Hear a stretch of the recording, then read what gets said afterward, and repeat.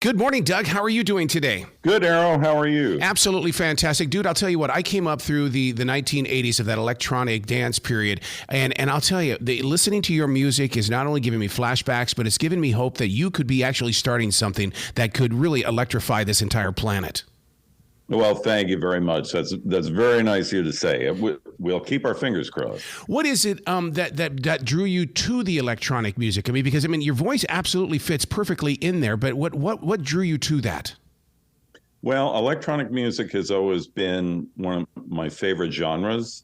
I grew up on it like you did, listening to so many different types of electronic music, from groups like Tangerine Dream and Kraftwerk to other groups that used a lot of electronics in their music, including the Talking Heads and Brian Eno and Roxy Music and all those folks that were just super creative artists in their own right.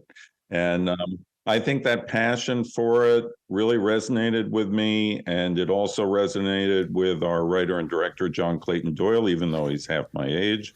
But we both kind of agreed that as you said, my voice lends itself nicely to that kind of music in the way that I sing and perform. So it was a good fit. What took so long? I mean, I know what took me so long. I mean, I was 40 years old when I stepped into my first recording adventure, and it's like, but you waited a little bit longer. Was it because the accounting job was just more important? Yeah, for me, it really was. I mean, when you're working in that environment, it's not a 9-to-5 job. It's a job where it kind of takes a lot of your life. And it was important to me that I do a really good job and try to do it to the best of my ability and use, high integrity, which is very important in that field. And so I really didn't get bit with the bug about performing until my 50s, when, I don't know, I just got caught up watching Stop Making Sense by the Talking Heads, which I had seen live a long time ago, and also Live in Bucharest by Michael Jackson. They were inspiring to me, and I just loved watching them so much that one day my wife turned to me, because she was probably pretty sick of them by then, and said, instead of watching these things, why don't you just go do this? Yeah. Go give it a try. And I thought she was kidding. She wasn't kidding. And so I started off on this journey, and here we are. It's been absolutely amazing. I Am an Electric Lampshade is such the perfect documentary / movie in the way that I want a lot of hiders to see it. And what I mean by hiders, those that create still in their houses, they put all of their stuff, they'll record with their little studios at home, but they don't release it. And that they hopefully they'll find inspiration on what you did by stepping outside those four walls. Absolutely.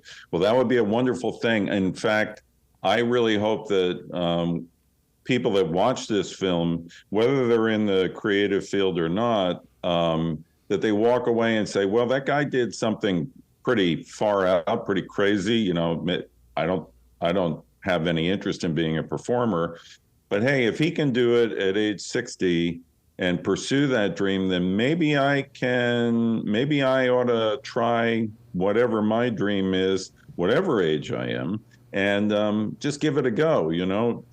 There's so many people, and I'm sure you know them too, who they give up way too early. They say, I can't do it, I'm too old, it's et cetera, et cetera. There's lots of excuses. You can listen to those negative thoughts forever. You can just take those and put them aside and step outside your comfort zone and go for it. And hey, you never know what'll happen. Look at me. I never would have imagined this. That live show, big stage, there is a presentation of glam rock all over your performance. Yes, absolutely. And you say that with great pride. Yes, I do. I mean, when John and I talked about this performance, we knew that we wanted to steal a page from Lady Gaga Yeah. and Madonna and some of the other amazing performers that have come before me, for sure, and use colorful costumes and out there presentation, and to me, I didn't want to be just your everyday boring, older performer who went up in his leisure suit and grabbed the microphone and just sang. I mean, that's how interesting is that? Not at all. So we wanted to do something that said, hey, this guy might be whatever age he is, but he's living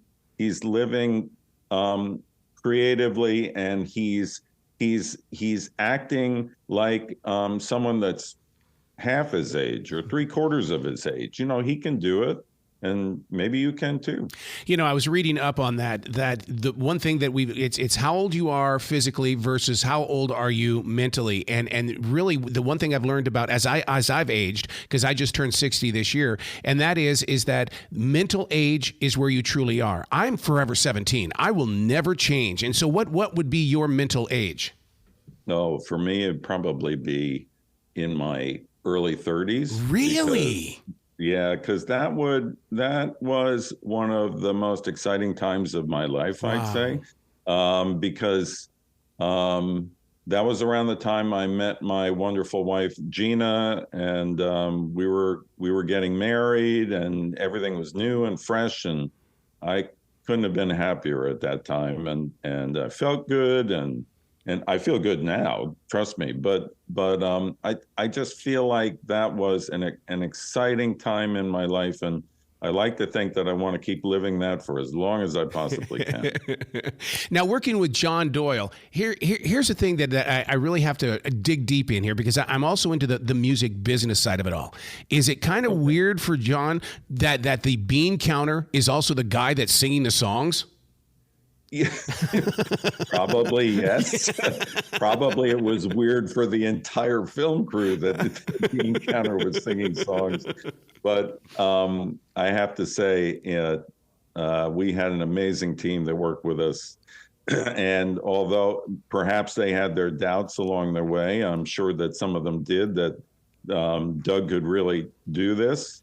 They were supportive in immeasurable ways. And to complement that, I had just an amazing group of coaches that was working with me, including my performance coach, Robin Dunn, my dance coaches, my vocal coaches, and my fitness trainer, George, who I've worked with for years. And they all pulled together in their own ways and stayed optimistic when there were times that I thought I'm never going to be able to do this. And they just kept pushing me, and I can't thank them enough. You bring up a very interesting point there, your fitness coach. That is so important. I've talked with more musicians that say that if you're not physically fit to be on that stage, then you're not going to make it through the entire journey. And even Gene Simmons is saying these days that it hurts to be up there. So you've got to be in shape.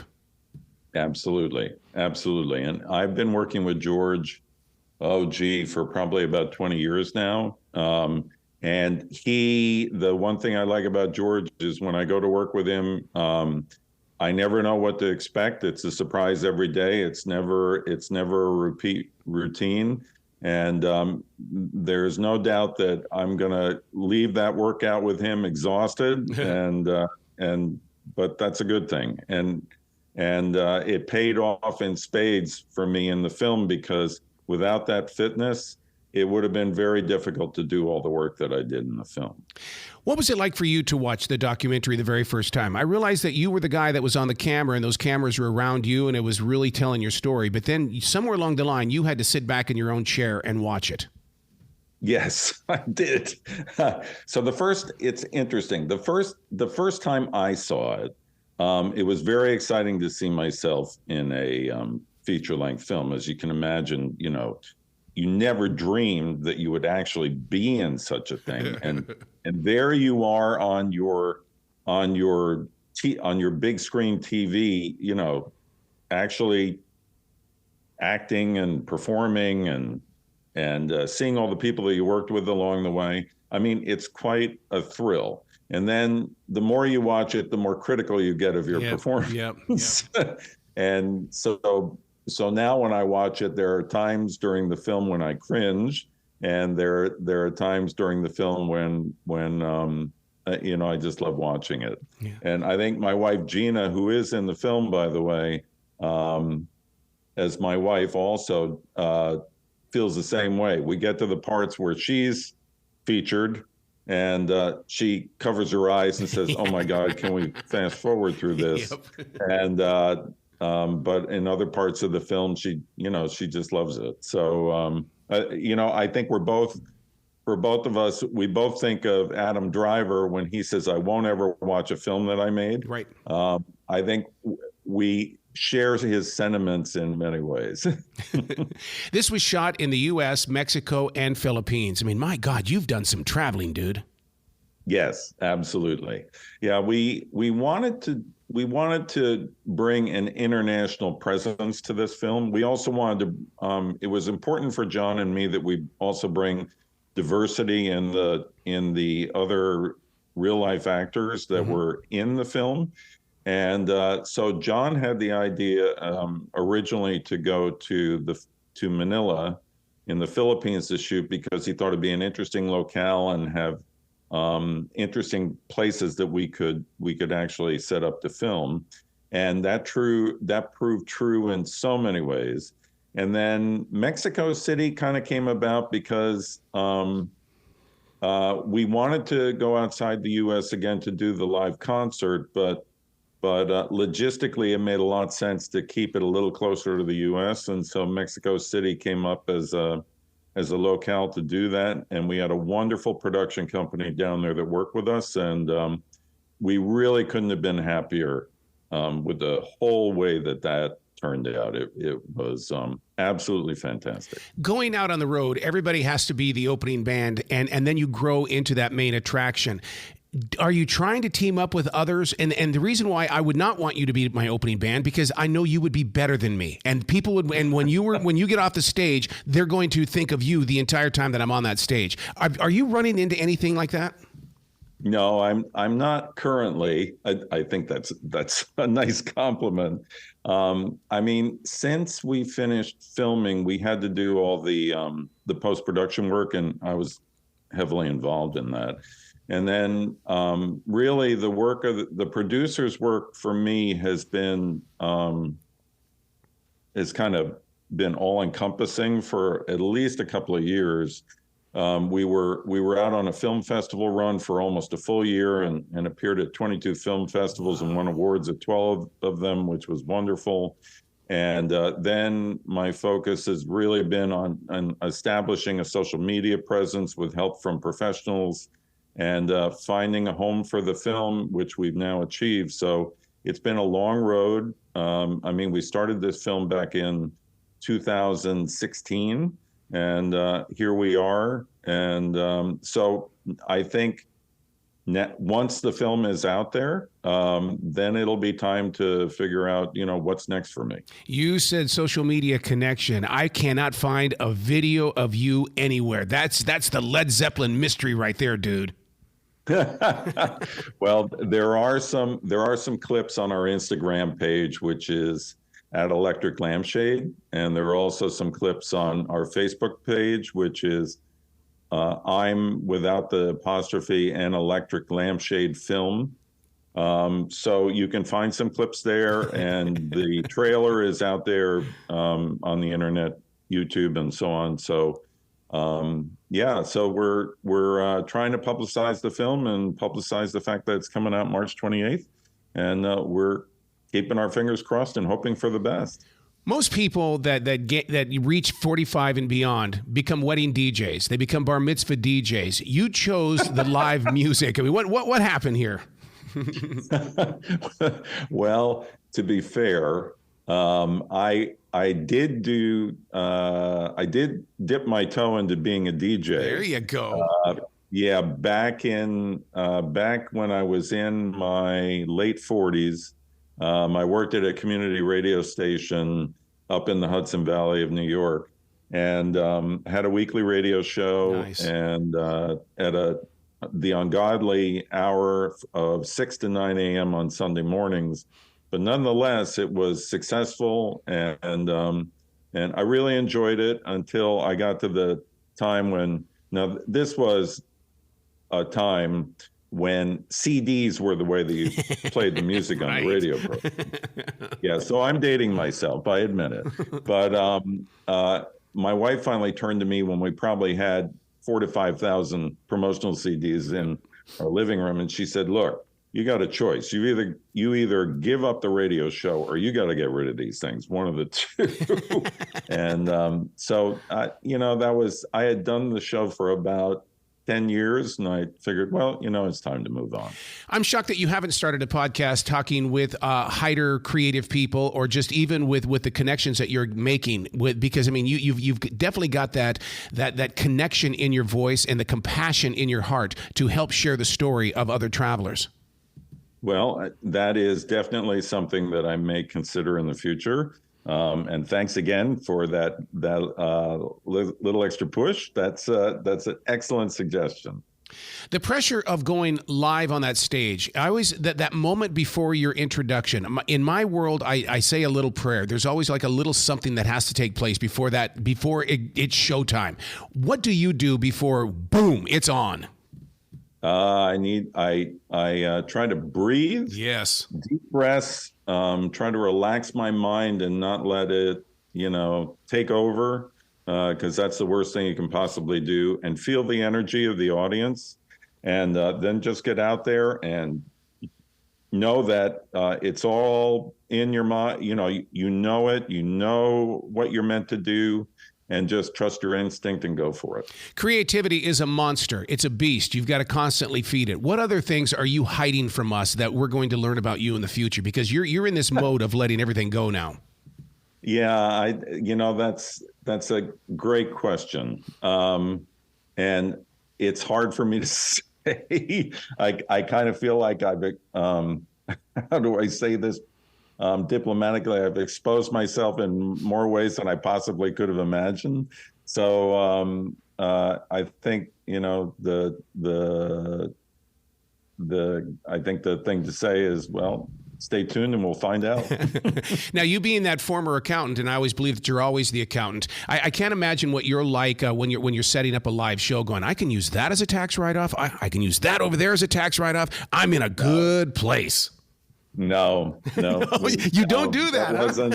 That wasn't the thinking at all. The thinking was more like, how are we going to make this the best show possible? How are we going to make it so that people that watch the film or people that are in the audience are really going to be like, holy crap, this is incredible. You have to leave that accounting world completely behind. Beautiful. That is not the world to live in as a performer and as a creative person. And a performer you are, and the way, and what's going to happen, they're going to be watching this documentary / movie, I'm an Electric Lampshade, and we're going to want to see you live, Doug. We need you to come to our town. Well, time will tell. Time will tell.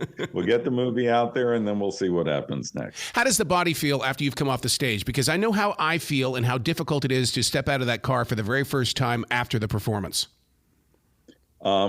You're definitely tired. Mm-hmm. I have a great deal of respect for all the performers out there that live this day in and day out, and all the hard work that's involved, because it is very hard work. You because of all the energy that you've expended and just all the electricity, when you come down, there is just your body just kind of goes whew. Yep. And so yeah, that's how it feels. Wow. Where can people go to find out more about you? Where can they pick up the documentary / movie? I mean, it's time to push this out there to our listeners so they can get involved. Oh, thank you. So the movie is going to be available on digital and on-demand platforms starting on Tuesday, March 28th. It'll be on platforms like iTunes, through Apple TV, Prime Video, Vudu, Google Play, YouTube, Vimeo, and then it'll also be on services like Comcast, Spectrum, Dish Network, Fios by Verizon. And the DVD and Blu-ray is also going to be available on Amazon. So it's going to be out there in a lot of different places. And if you want to follow the film, you can follow it on Instagram at @Electric Lampshade. You can also follow us on Facebook at I'm without the apostrophe N Electric Lampshade Film. So there are lots of places to follow us and go along for the ride. I love it. Please come back to the show anytime in the future, Doug. The door's always going to be open for you, dude. I really appreciate it. Thank you so much. Will you be brilliant today, okay? All right, you too.